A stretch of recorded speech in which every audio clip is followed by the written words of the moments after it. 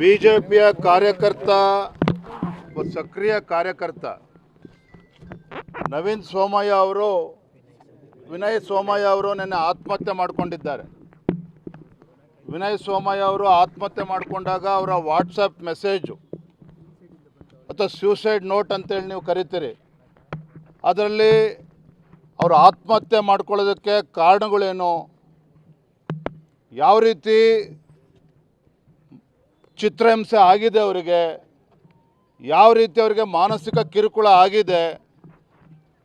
ಇವತ್ತು ಸಾಮಾಜಿಕ ಜಾಲತಾಣದಲ್ಲಿ ಸ್ಥಳೀಯ ಶಾಸಕರ ವೈಫಲ್ಯಗಳನ್ನು ಎತ್ತಿಡ್ತಕ್ಕಂಥ ಕೆಲಸ ಮಾಡಿದ್ದೇ ಅಪರಾಧ ಅನ್ನೋ ರೀತಿಯಲ್ಲಿ ಯಾವ ರೀತಿ ಸ್ಥಳೀಯ ಶಾಸಕರು ಪೊನ್ನಣ್ಣ ಇರ್ಬೋದು, ಅದೇ ರೀತಿ ಮಂತರ್ಗೌಡ ಇರ್ಬೋದು, ಇಬ್ಬರ ಶಾಸಕರ ಒಂದು ಕಿರುಕುಳ ಒತ್ತಡದ ಪರಿಣಾಮವಾಗಿ ಅವ್ರ ಮೇಲೆ FIR ರಿಜಿಸ್ಟರ್ ಮಾಡಿಸಿ ಅವರು ಹೈಕೋರ್ಟ್ನಲ್ಲಿ ಸ್ಟೇ ತೆಗೆದುಕೊಂಡು ಬೇಲಾದರೂ ಸಹ ಪೊಲೀಸರ ಮೇಲೆ ಒತ್ತಡ ಹಾಕಿ ಪೊಲೀಸರು ಅವ್ರ ಮನೆ ಬಾಗಿಲುಗಳಿಗೆ ಹೋಗಿ, ಬೆಂಗಳೂರಲ್ಲೂ ಕೂಡ ಅವ್ರ ಮನೆಗೆ ಹೋಗಿ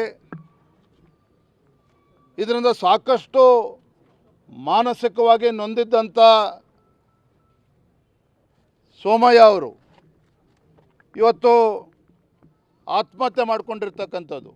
ಮತ್ತು ಯಾರಿದು ಹೊಣೆಗಾರರು ಸ್ಪಷ್ಟವಾಗಿ ಉಲ್ಲೇಖ ಆಗಿದೆ. ನವೀನ್ ಸೋಮಯ್ಯ ಅವರು ಬರೆದಿದ್ದಾರೆ, ಕ್ಷಮಿಸಿ, ವಿನಯ್ ಸೋಮಯ್ಯ ಅವರು ಬರೆದಿದ್ದಾರೆ, ಸ್ಪಷ್ಟವಾಗಿ ಉಲ್ಲೇಖ ಆಗಿದೆ.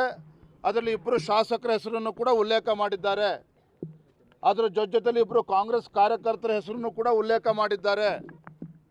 ಆದರೆ ಇದರ ನಡುವೆ ನಿನ್ನೆ ಬೆಂಗಳೂರಿನಲ್ಲಿ ನಮ್ಮ ವಿರೋಧ ಪಕ್ಷದ ನಾಯಕರು ಎಲ್ಲರೂ ಹೋದರೂ ಸಹ FIRನಲ್ಲಿ ಶಾಸಕರ ಹೆಸರನ್ನು ಉಲ್ಲೇಖ ಮಾಡ್ದೇನೆ ಅಲ್ಲಿ ಬಿಟ್ಟಿರ್ತಕ್ಕಂಥದ್ದು ಇದು ಅಕ್ಷಮ್ಯ ಅಪರಾಧ.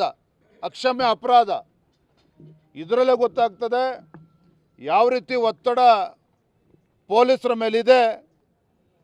ಯಾಕೆಂತ ಹೇಳಿದ್ರೆ ಇಲ್ಲಿ ಸಾಮಾನ್ಯರೇನಲ್ಲ, ಒಬ್ಬ ಶಾಸಕರು ಒಂದು ಕಡೆ, ಪೊನ್ನಣ್ಣ ಅವರು ರಾಜ್ಯದ ಮುಖ್ಯಮಂತ್ರಿಗಳ ಕಾನೂನು ಸಲಹೆಗಾರರು. ಮತ್ತೊಂದು ಕಡೆ ಮಂತರ್ಗೌಡ ಅವರು ಕೂಡ ಒಬ್ಬ ಪ್ರಭಾವಿ ಶಾಸಕರು, ಇಬ್ಬರು ಕೂಡ ಆಡಳಿತ ಪಕ್ಷದವರೇ. ಇವರ ಒತ್ತಡದಿಂದಲೇ ಇವತ್ತು ನಮ್ಮ ಕಾರ್ಯಕರ್ತ ಇವತ್ತು ಆತ್ಮಹತ್ಯೆ ಮಾಡಿಕೊಂಡಿರ್ತಕ್ಕಂಥದ್ದು. ಇವರ ದಬ್ಬಾಳಿಕೆಗೇ ಇವತ್ತು ಅವನು ಆತ್ಮಹತ್ಯೆ ಮಾಡಿಕೊಂಡಿರ್ತಕ್ಕಂಥದ್ದು. ಇದರ ನಂತರವೂ ಸಹ ಇವತ್ತು FIRನಲ್ಲಿ ಪೊಲೀಸರು ಅವರ ಹೆಸರುಗಳನ್ನ ಬಿಡ್ತಾರೆ ಅಂತ ಹೇಳಿದ್ರೆ ಖಂಡಿತ ನಾವು ಒಪ್ಕೊಳ್ತಕ್ಕಂಥದ್ದಲ್ಲ. ಇವತ್ತು ಎಲ್ಲಿಗೆ ಬಂದು ಮುಟ್ಟಿದ ಪರಿಸ್ಥಿತಿ ಅಂತ ಹೇಳಿದ್ರೆ ಇವತ್ತು ಮಡಿಕೇರಿನಲ್ಲಿರ್ಬೋದು, ರಾಜ್ಯದಲ್ಲಿರ್ಬೋದು, ಸಾಮಾಜಿಕ ಜಾಲತಾಣಗಳ ಅಡ್ಮಿನ್ಗಳೇನಿರ್ತಾರೆ ಅವ್ರ ಮೇಲೂ ಕೂಡ FIR ರಿಜಿಸ್ಟರ್ ಮಾಡ್ತಕ್ಕಂಥದ್ದು, ಅವರ ಒಂದು ತೇಜೋವಧೆ ಮಾಡ್ತಕ್ಕಂಥದ್ದು, ಅವರು ಪೊಲೀಸ್ ಸ್ಟೇಷನ್ ಅಲಿಬೇಕು, ಅವ್ರುಗಳನ್ನು ಕೂಡ ಬೆದರಿಸ್ತಕ್ಕಂಥದ್ದು. ಏನು ಪಾಪ ಮಾಡಿದ್ರು ಇವರು, ಏನು ಅಪರಾಧ ಮಾಡಿದರು?